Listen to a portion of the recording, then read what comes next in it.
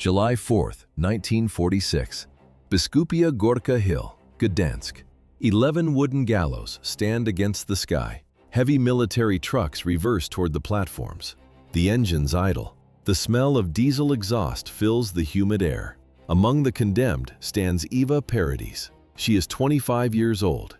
This was the last public execution in Polish history. No courtroom walls, no private chambers, just a hillside and a crowd of 200,000 people. The mechanics of the event are precise. Each prisoner stands on the open flatbed of a truck. The noose is already tight. The drivers wait for the signal. Paradies was not a soldier. She was an ordinary girl from a small German town, a factory worker, a neighbor. Now she is a convicted war criminal. The contrast is absolute. A young woman in her prime facing a mechanical liquidation.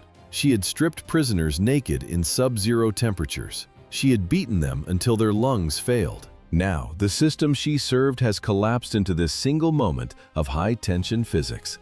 The signal is given. The drivers floor the accelerators. The heavy trucks lurch forward. The roar of the engines drowns out the gasps of the crowd. 11 bodies drop simultaneously. The ropes snap taut. Silence follows the mechanical surge. 9 years before the ropes tightened at Biskupia Górka, the soil beneath Ewa's feet was already poisoned. The free city of Danzig and the Polish corridor did not just fall to ideology, they were re-engineered. How do you turn a city into a laboratory for hate? You seize every social pillar. By 1937, Gauleiter Albert Forster held Danzig in a technical grip. He was the architect of regional Germanization. Under Forster, the city became an incubator. Local institutions, schools, and youth clubs functioned as a single machine. The goal was simple: total ideological saturation. Ewa Paradies lived at the center of this transformation. No records show her joining the BDM or official Nazi leagues during her teens. It was unnecessary. The environment did the work for her. The propaganda was technical, constant, and inescapable. It categorized neighbors into two groups: the masters and the subhumans. Violence became a civic duty. This social engineering stripped away individual morality. By 1939, the entire region operated under a single, radicalized logic. Forster's administration completed the psychological mobilization of the populace. Ewa was born into this incubator of hatred on December 17, 1920. Lauenburg, Pomerania. Modern-day Lemborg. Neustrasse 100. A modest Protestant household. No signs of pathology. No history of violence. Her father worked ordinary jobs. The family attended church every Sunday. The investigation finds no anomalies in her early medical records, no childhood trauma, just the unremarkable life of a girl in the Weimar Republic. Was there a specific moment when the mold cracked? In 1933, Hitler seized power. Ewa was 12. 2 years later, in 1935, she finished school. That same year, the Reichstag passed the Nuremberg race laws. The timing was precise. Her graduation coincided with the legal codification of hate. She was 14. Her formal education ended just as the textbooks were being rewritten. She entered a labor market defined by rearmament and segregation. The paper trail follows her across the map. Wuppertal, Erfurt, then back to Lauenburg. The visual is consistent. Gray factory floors, low ceilings, the rhythmic clatter of machines in heavy industry hubs. She bounced between dead-end positions and menial labor. The air she breathed was saturated. Radio speeches in the canteen, rallies in the town square, swastikas on the factory walls. She spent her days performing repetitive tasks in the deafening noise of the production line. She spent her evenings at mandatory ideological briefings. Pious upbringing met industrial-scale radicalization. The churchgoer began to internalize the new gospel. She stopped questioning the slogans and started absorbing the propaganda. Ewa worked at the factory while a machine took shape 34 kilometers from her home. It was a testing ground for systematic disposal. The site sat in a secluded, marshy area near the village of Stutthof, east of Danzig. The timing was precise. The Nazis opened the camp on September 2, 1939. This was the first concentration camp established outside the borders of the Old Reich. It functioned as an immediate response to the invasion of Poland. Growth followed a lethal trajectory. On the first day, 150 prisoners passed through the gates. Most were Polish intellectuals and political leaders. 2 weeks later, the population reached 6,000. Why did the SS seek official concentration camp status in January 1942? It was a matter of logistics. This designation integrated the site into the state supply system. It guaranteed a steady flow of resources, guards, and victims. The camp evolved from a local internment center into a cog in the national engine of death. Engineering followed demand. By 1943, the infrastructure expanded to include a gas chamber. By 1943, the gas chambers at Stutthof were operational. Ewa Paradies remained a nobody. Her personnel file contained no achievements, no ambitions, no record of leadership. For a decade, she drifted through low-skilled labor in factories and shops. Unmarried, unremarkable. She was one of millions of working-class Germans without a clear direction. A decade of labor produced 0 promotions. Was she simply invisible to the system? In a state built on merit and ideology, Paradies was a blank space. She lived in the same town where she was born. Without the war, she would have married a local man and died in complete obscurity. History dictated a different path. The 5th year of the war changed the requirements for the SS. The state no longer sought the elite, it needed the unqualified. Millions of other German women filled the administrative gaps, but the camps required a specific type of guard. They needed those who had nothing to lose. The visual record of her life is a stack of identical labor forms. Gray paper, standard ink, no deviations. This lack of prospects made her the ideal recruit for the machine. August 1944 approached. Germany faced inevitable defeat. Ewa Paradies waited for her name to appear on a mobilization list. In August 1944, the name Ewa Paradies appeared on an SS mobilization list. She was 23 years old. She was not a volunteer. She was a conscript. The Wehrmacht's male reserves were exhausted. Berlin turned to women to fill the gaps in the shifting front of the concentration camp system. Nazi authorities began forced recruitment across Danzig and the surrounding Baltic cities. They needed guards for a new subcamp, Bromberg-Ost. The recruitment process functioned like a machine. Ewa received the order. She reported to the station. She boarded a train heading east. Steel wheels clicked against the rails. The carriage carried dozens of women from civilian life into the machinery of the SS. This train was moving toward the Stutthof concentration camp. It was also moving toward a gallows in 1946. Ewa stepped onto the platform at the SK3 station. The air smelled of coal smoke and industrial waste. She was no longer a civilian. She was a recruit. She reported for duty to begin her training as an Aufseherin. Ewa Paradies arrived at Stutthof during a total mechanical collapse. By 1943, the camp had already integrated a gas chamber and a crematorium into its architecture. The hardware for mass extermination was operational. For years, the system processed non-Jewish Poles, Soviet prisoners, and resistance members from across Europe. In July 1944, the logistics shifted. A transport of 2,500 Jews arrived from Auschwitz. It was only the beginning. Soon, 23,000 more followed from Auschwitz. Another 25,000 were pushed in from Baltic camps as the Red Army advanced from the east. 48,000 people. This was the population of a mid-sized German city. The SS crammed them into a single camp infrastructure. The mechanism was redlining. To handle the surge, the administration needed more boots, more guards, more Ewas. By January 1945, the camp population hit 25,000. Stutthof choked under the weight of 50,000 prisoners. The system was failing. To ease the pressure, the administration transferred guards to subcamps. Ewa Paradies received her orders in October 1944. Her destination? Bromberg-Ost. How long does it take to turn a factory worker into a sadist? The answer: less than 8 weeks. Paradies arrived with only 2 months of experience. Bromberg-Ost was a satellite camp. Supervision was thin. Discipline for guards was non-existent. In this vacuum of authority, her transformation accelerated. She moved from bystander to executioner. Survivors described a rapid shift in her behavior. The hesitation vanished. Power became a tool for gratification. By the winter of 1944, the transition was complete. The cold arrived early that year. In December and January, the temperature stayed well below zero. Official records called it a labor camp. The reality was an open burial ground. By January 1945, the mechanism of Stutthof began to seize. The main camp held 25,000 prisoners. Another 25,000 filled the subcamps across the region. The population exploded as Soviet forces pushed the front westward.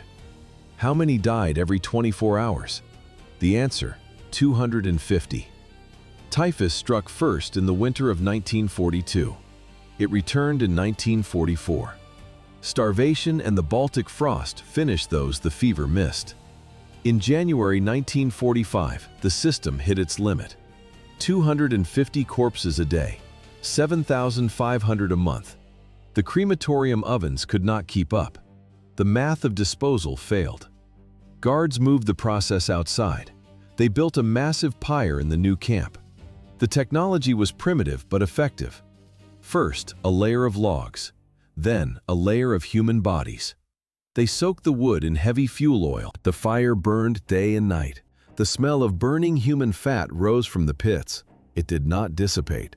A toxic cloud of gray smoke hung low over the barracks. The soot settled on the snow. Inside this frozen graveyard, Ewa Paradies engineered her own mechanics of murder.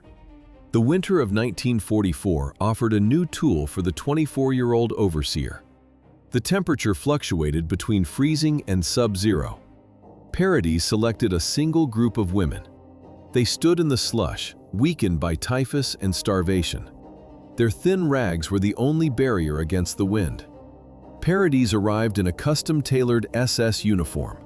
The wool was thick. Her boots were lined and polished. She ordered the prisoners to strip. The women hesitated. Paradies repeated the command. One by one, skeletal figures dropped their gray rags into the snow. Contrast was her primary weapon. A well-fed woman in winter gear stood before rows of naked, translucent skin. The air was ablade. Paradies picked up a wooden bucket. It was filled with ice water drawn from the camp well. She stepped toward the first line of prisoners. Physics dictated the result. At sub-zero temperatures, a wet body loses heat 25 times faster than a dry one. Hypothermia triggers in seconds. Organs begin to shut down as the blood retreats to the core. Paradies swung the bucket. A heavy sheet of freezing water slammed into bare chests and faces. The liquid turned to a glaze of ice the moment it touched the skin. Paradies refilled the bucket and moved to the next woman. The ice water hit naked skin like a physical blow. Hypothermia began in seconds. Ewa Paradies watched the reaction. It was a behavioral experiment with a lethal outcome. Why did she strike them? The answer was survival. When the women instinctively curled their bodies to shield themselves from the freezing wind, the punishment followed. Paradies viewed the human instinct to stay warm as an act of defiance. The mechanism was systematic. First, the dousing, then the observation, finally, the violence. The sound of heavy blows against wet, shivering flesh echoed across the yard. Paradies did not just kill. She suppressed the biological urge to live. The routine repeated daily. This was not a sudden outburst. It was a refined method of torture. By January 1945, the Eastern Front was collapsing. The Red Army was advancing from the east. The camp administration began a chaotic reorganization. Paradies received her orders. She left the subcamp and moved back to the main Stutthof complex. Ewa Paradies returned to the main Stutthof complex just as the system began to incinerate itself. The mechanism was failing. In the courtyards, officers threw thick folders into metal bins. Black ash from prisoner records drifted over the barbed wire like winter snow. The smoke carried a specific scent, burning paper and old ink. This was the smell of evidence vanishing. The Red Army's winter offensive shattered the front lines. The Nazis realized the end was near. Did the killing stop? No. The collapse only accelerated the violence. Paradies received her final assignment in April 1945. She joined the guard detail for a prisoner transport to the Lauenburg subcamp. The Third Reich was a corpse, but the guards still held their rifles. In Lauenburg, Paradies participated in the execution of the remaining witnesses. The goal was simple: leave no survivors to testify. Chaos did not mean mercy. It meant a faster pace of murder. Paradies and her colleagues worked to clear the barracks before the first Soviet tanks appeared on the horizon. The killing continued until the very last hour. The machinery of the camp finally stopped on May 9, 1945. The machinery of the camp finally stopped. But as 100 survivors crawled out of the barracks, the final ledger of Ewa Paradies' work was already being written in blood. The numbers reveal an equation of systematic extermination: 65,000 dead. Out of 110,000 deportees, more than half never left the gates. Was this mortality a result of chaos or the final collapse of the front? No. It was the product of daily calculated decisions. The death rate at Stutthof approached 60%. This figure is double the mortality recorded in many other labor camps of the Reich. 65,000 corpses for 110,000 prisoners. It was not neglect, it was a process. On May 9, 1945, Soviet forces entered the perimeter. They found a graveyard.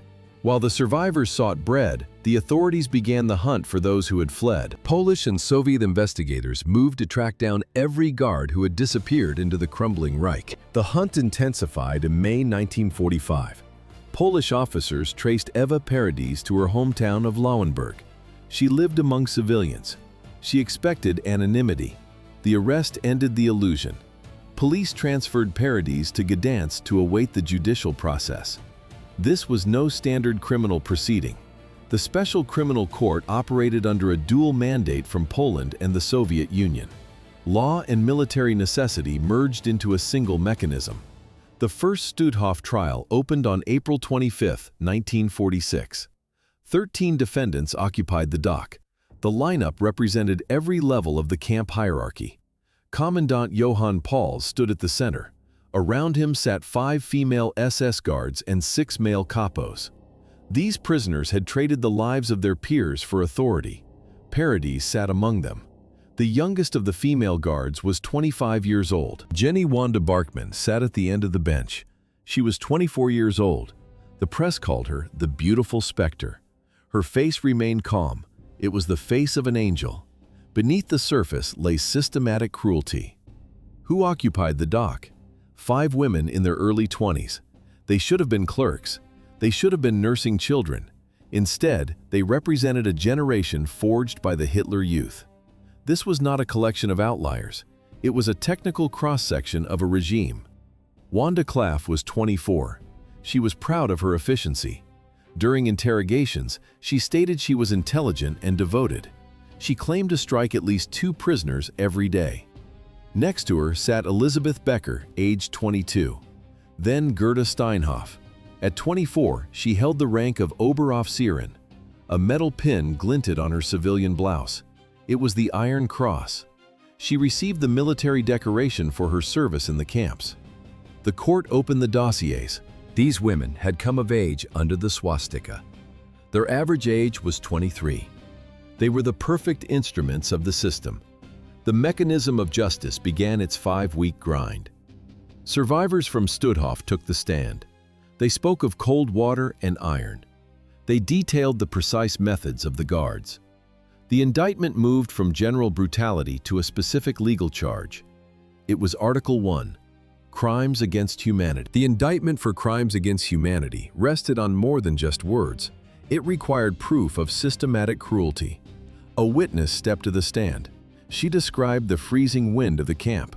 Another witness pointed at Ewa Paradies. She recounted the forced stripping in sub-zero temperatures. then the ice water, then the heavy wooden clubs. The courtroom went silent. Was this a defense or a script? All 13 defendants pleaded not guilty. Their strategy was identical across every major trial in 1946. They claimed they were merely tools of the state, following orders, no choice. They accused the survivors of lying or exaggerating the death counts. The female guards sat in a row. They did not look like mass murderers. Jenny Wanda Barkman adjusted her hair. She smoothed her skirt and whispered to the woman next to her. During descriptions of agonized deaths, Barkman leaned back and giggled. The cynicism was visible to everyone in the room. Between testimonies, the guards flirted with their Polish military captors. They smiled at the cameras. They treated the wooden benches of the court like a front-row seat at a theater. Barkman and Paradies believed their youth and faces would save them. They saw the proceedings as a formality, a temporary delay. It was a total psychological dissociation from the gallows being built outside. Evidence began to pile up against Jenny Barkman's smiles. The prosecution presented the specific dates of her selections for the gas chambers. Records of the Stutthof administration confirmed her signatures on death lists. 11 out of the 13 defendants received the death penalty. The court's paper trail finally crushed the smiles of the defendants. Documents didn't care for their flirtations or excuses. Witnesses spoke. Survivors pointed. The prosecution presented lists of the dead where the guards' signatures remained as clear as the day they were written. Jenny Wanda Barkman stopped giggling when the evidence turned from stories into cold, physical records.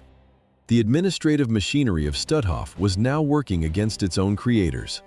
A low, heavy hum filled the courtroom. It was the sound of shifting air as the gallery waited. On May 31, 1946, the judges returned. They did not look at the dock. The verdict for all 13 defendants was guilty. 11 received the sentence of death, including all 5 female guards. Only 2 were spared the noose. 11 condemned prisoners began drafting letters. They reached for paper to fight the rope. Among them were 5 women. They shifted from executioners to supplicants. The legal mechanism had concluded, but the bureaucratic one was just beginning. Elizabeth Becker led the desperate correspondence. She sent multiple appeals to Polish President Bolesław Bierut. Her logic was simple. She claimed her service was too short to warrant death. She argued she lacked the ingrained cruelty of Stutthof or Barkman. Becker positioned herself as a minor cog in a massive machine of slaughter. The court actually listened. Judges issued a formal recommendation to commute Becker's sentence to 15 years. They cited her brief tenure at Stutthof as a mitigating factor. It was a rare crack in the judicial armor. President Bierut looked at the files. He saw the piles of evidence and the scale of the crimes. He refused to establish a precedent of mercy for the SS. The law remained absolute. Bierut rejected every single appeal. Bierut's signature turned the bureaucratic process into a logistics of death. The state required a spectacle. On July 3, 1946, the newspaper Dziennik Baltyski published a short announcement. It was not a report, it was an invitation. Why make the execution public? The Polish authorities wanted the world to see the cost of the occupation. The chosen site was Biskupia Górka Hill. It overlooked central Gdansk. During the war, the Germans operated a prisoner of war camp on these slopes. The location was not a coincidence. It was a technical necessity for a massive audience and a symbolic reclamation of the land. July 4, 1946. The morning was warm and clear. By midday, the hillsides turned gray and brown from the mass of people. 50,000 spectators. The crowd covered the slopes. They arrived by foot, by truck, and by train. From a distance, the hill looked like a stadium. People climbed trees to get a better view. Trucks parked in a row near the summit. 11 gallows stood waiting. Each structure was a simple timber frame with a thick rope. Former Stutthof prisoners stood in the front rows. They wore their striped camp uniforms. They wanted their tormentors to see their faces one last time. The victims watched as the trucks began to move.